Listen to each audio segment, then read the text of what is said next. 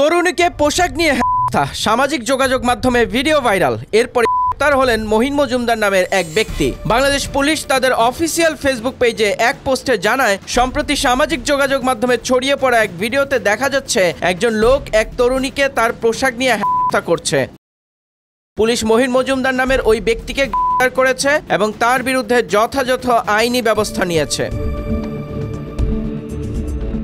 পোস্টে পুলিশ জানায়, আমাদের সমাজে বিভিন্ন ধর্ম, সংস্কৃতি ও রুচির মানুষ বাস করে, ফলে পোশাকেও বৈচিত্র্য থাকবে, এটাই স্বাভাবিক। তবে একজনের পোশাক অন্য কারো কাছে দৃষ্টিকটু মনে হলে তার বিরুদ্ধে যথাস্থানে অভিযোগ জানানো যেতে পারে, কিন্তু তাকে আক্রমণ করা বা হয়রানি করা দণ্ডনীয় অপরাধ। এতে আরও বলা হয়, বাংলাদেশ পুলিশ নারী পুরুষ নির্বিশেষে প্রত্যেককে নিরাপত্তা প্রদান ও যে কোনো ধরনের হয়রানি থেকে মুক্ত রাখতে দৃঢ় প্রতিজ্ঞ।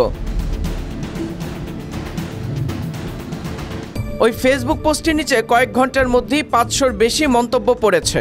অনেকেই পুলিশের দ্রুত পদক্ষেপের প্রশংসা করেছেন, তবে কেউ কেউ সংশয় প্রকাশ করেন। আশিকুর রহমান নামের এক ব্যক্তি আগের একটি ঘটনার উল্লেখ করে লেখেন, আমি ফুল কিনতে যাচ্ছি, আপনারা তাকে যখন ছেড়ে দিবেন তখন তো তাকে আবার ফুলের মালা দিয়ে বরণ করে আনতে হবে। নুসরাত রহমান নামের একজন লেখেন, শেষ পরিণতি শেয়ার করবেন, ফুলের মালা দিয়ে বরণ করা হলো নাকি উপযুক্ত শাস্তি হলো তা দেখতে চাই।